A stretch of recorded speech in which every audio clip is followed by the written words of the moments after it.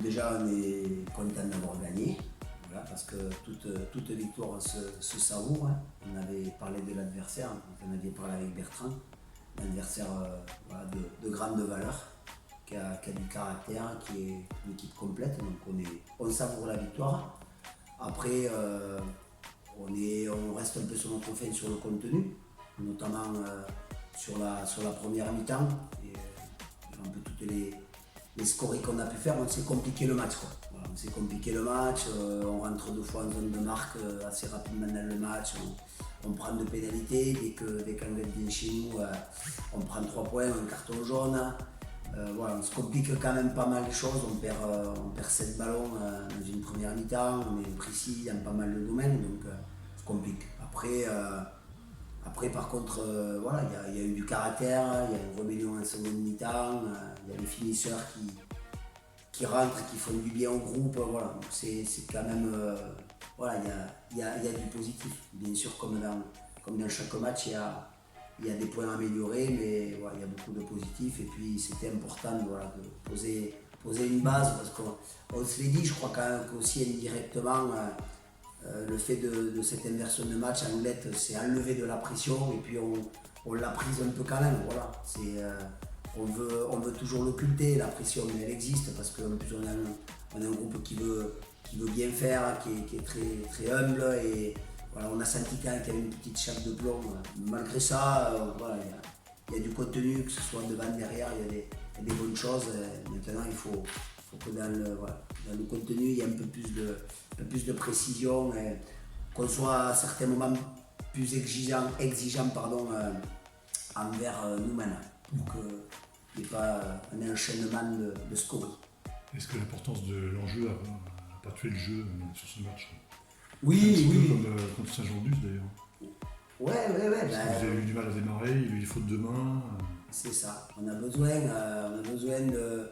quand même besoin globalement de bien démarrer les matchs, et du coup on se met un peu la pression, parce que bien évidemment elle existe. Il y a des ambitions de la part du groupe en lui-même, du club et tout. Donc c'est sûr que maintenant il faut que là-dessus cette victoire nous rassure et nous permette de mettre en place notre jeu et d'être plus confiant dans ce qu'on fait, et voilà, qu'on aille à fond dans les opportunités qu'on a à saisir. Et qu'est-ce que tu vas demander en plus à tes joueurs sur le deuxième match, la véritable rentrée du Junior Rugby Club? Oui, voilà, sur le calendrier, c'était celle-là. Je le disais précédemment, plus d'exigence quand même, voilà. Plus d'exigence, il faut que, bon, on a bien retravaillé, on a lavé le match, comme on dit aujourd'hui, sur ce qui n'a pas été, mais voilà, comme on dit, connais ton rôle, fais ton rôle, voilà, chaque joueur a son importance dans le pulse, dans un bon lancement, dans une bonne situation. On a un cadre quand même qui est relativement clair. On ne peut pas se permettre de sortir forcément du cadre comme on a fait à certains moments dimanche. Donc on a bien recadré les choses, bien faire son travail individuellement. C'est ce qu'en début de saison on a souvent besoin de faire. Voilà. Et puis l'adversaire qui nous attend dimanche va nous remettre bien les idées en place dans la conquête, dans les fondamentaux, la mêlée, la touche, les molles. Là-dessus, il faudra être bien précis. Donc voilà, il faut qu'on continue. Il n'y a pas d'affolement, comme je dis. On a gagné, on n'a pas non plus. On n'a pas maîtrisé le match, mais on n'a pas non plus tremblé. On ne peut pas dire non plus on a eu 63% de possession de balles. Voilà. Il faut quand même remettre aussi les choses en compte. On savait qu'on allait rencontrer une très belle équipe, on a fait le job, pas plus. Voilà. Mais donc maintenant, il faut faire un peu plus que ce qu'on a fait dimanche dernier. Et sur cette équipe de Lannemezan, tu as des renseignements assez précis? Disons qu'avec Gaëtan, on connaît bien le coin, parce que moi d'à côté de 25 km, mais j'ai coaché cette équipe, et Gaëtan il vous en parlera, il est de Lannemezan, donc après des valeurs, il y en a au NRC, il y en a énormément aussi à Lannemezan, voilà, des valeurs, je dirais, dans l'état d'esprit qui sont au-dessus de certaines équipes, donc voilà, on va s'attendre à un gros combat. Et voilà, ils ont bien démarré la saison, une victoire chez eux contre Marmande, ils vont venir ici vraiment pour faire un gros match et essayer de nous faire tomber. On le sait, on est prévenu. Maintenant, voilà, on en parlait. C'est mis assez de pression dimanche dernier, donc on ne va pas s'en mettre non plus plus. Voilà. En tout cas, il faudra être vraiment prêt dans les fondamentaux. Notamment, ils ont une grosse mêlée. Et là-dessus, il faudra être au rendez-vous. C'est quelque chose, toi, d'affronter la maison? Bah oui, parce que c'est déjà très enthousiaste parce que ce soit les coachs, le président, quelques joueurs, de moins en moins parce que ça fait bientôt 10 ans, mais voilà, des personnes que j'ai en haute estime, voilà, sentimentale, et voilà, donc maintenant le plus grand des respects qu'on va leur donner, c'est sur le terrain. Mais oui, voilà, ça nous fait quelque chose. Mais la banane, grande banane de les rencontrer, on se voit à Espinassou, c'est super chouette. En fait, c'est un bastion vraiment particulier d'Almezan. Quand on dit d'Almezan, tout le monde pense rugby. Donc là, c'est vraiment quelque chose de particulier.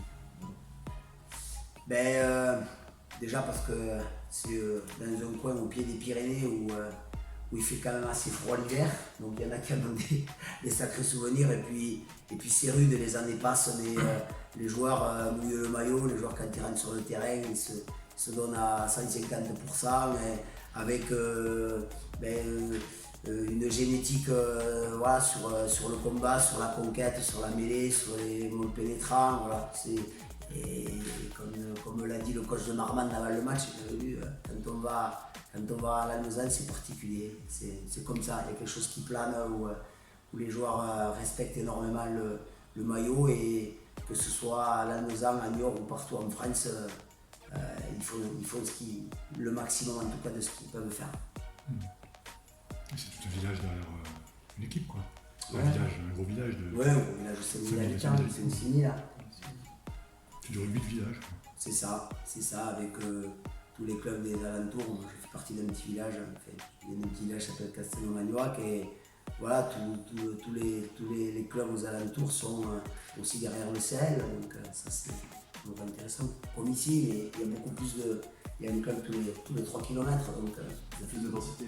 ouais, c'est ça. Et ça aimante un peu. En fait, l'Almezan aimante un peu tout ce qui est autour. Bien sûr, ouais, tout à fait. C'est il y a tout ce qui est école de rugby, et tout ce qui est pour le jeune, en fait, ils récupèrent les meilleurs jeunes des clubs aux alentours, donc ouais, ça crée une émulation, tout le monde est derrière le CL.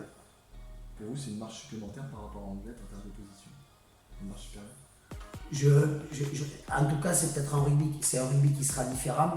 Après, en termes de résultats sur la saison dernière, c'est quand même assez identique. Donc, voilà, difficile de comparer. En tout cas pour nous, puisque c'est quand même important de faire un focus sur notre performance. Voilà, nous, on se doit de franchir un cap, mais c'est sûr qu'il y a quand même certains domaines où, notamment, je me répète, mais la conquête où il faudra mettre le curseur un peu plus haut. Est-ce que le fait d'avoir pris davantage de pression sur le premier match par le fait de cette relation, ça vous en enlève un peu pour le deuxième, le fait d'avoir déjà joué ici? Oui, tout à fait. Oui, tout à fait. Puis, voilà, on l'a vu ce matin, on a lavé le match, et le joueur a fait un super entraînement, très investi, très focus, de vraiment corriger ce qui n'a pas été. Donc voilà, on va continuer le travail de la semaine. Mais il y a moins de pression, hein, les repères. Même si c'est 4 mois après, voilà, on a besoin de reprendre les repères. On avait joué 3 matchs amicaux ailleurs, à l'extérieur, donc bien sûr. Est-ce que le premier match a occasionné un peu de casse?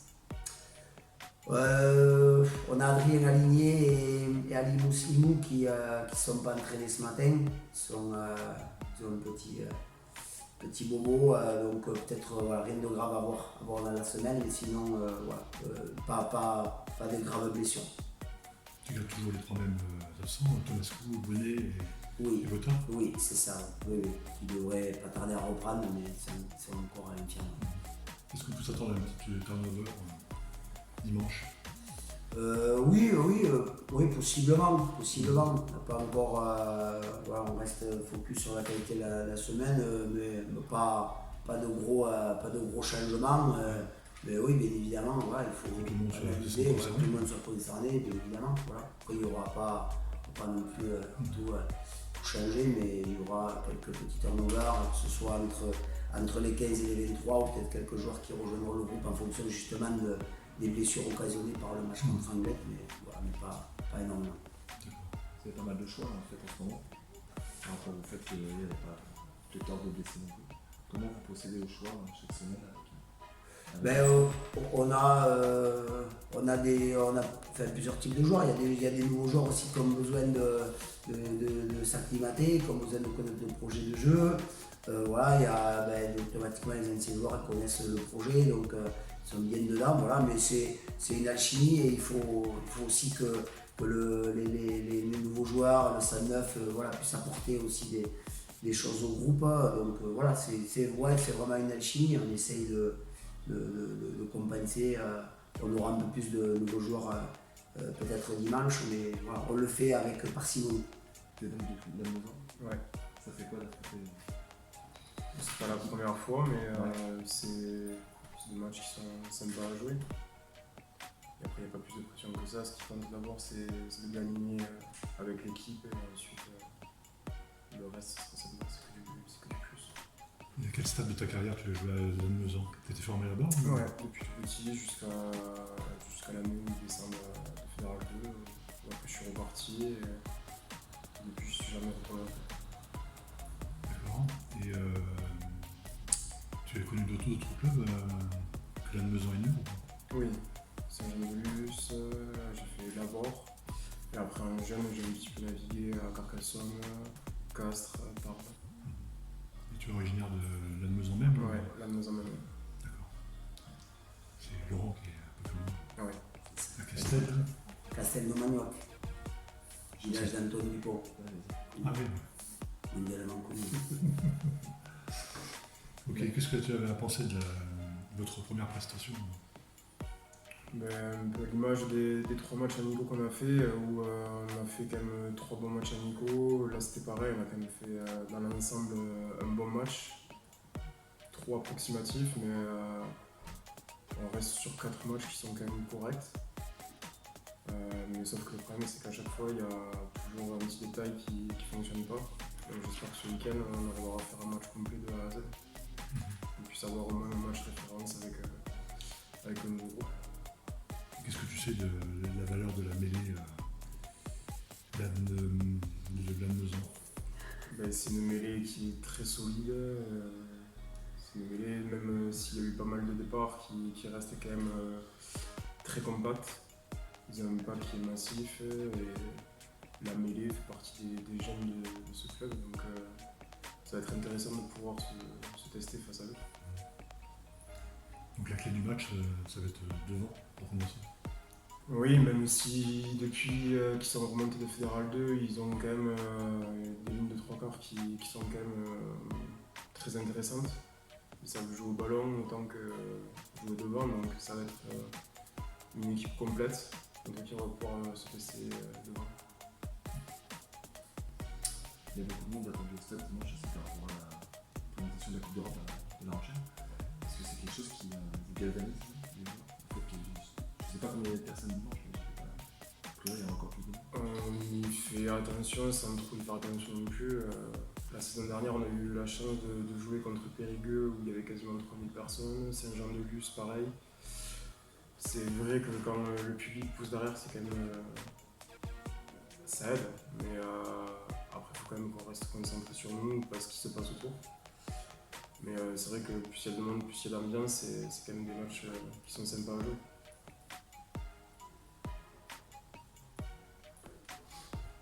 Tu es revenu la saison dernière, est-ce que toi, après un an, Ouais, ça c'est ça. permet de Ah, ça j'en ai à vu. Saint-Jean-de-Luz?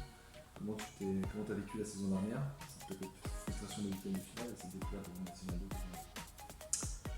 En fait, la saison dernière, elle a été quasi parfaite, c'est-à-dire qu'on a enchaîné 12 matchs sans défaite, on a fait un bon début de saison, l'hiver, on n'a pas eu de baisse de régime, on a su enchaîner.